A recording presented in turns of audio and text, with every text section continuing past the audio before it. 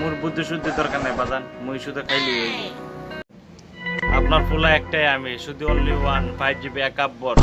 দেখছেন কালকে আমার বুদ্ধিতে ডাকাত কিভাবে পালাইছে।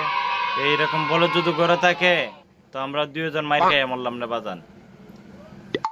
ডাকাত কি তোমার বুদ্ধিতে গেছে হালার পু হালা?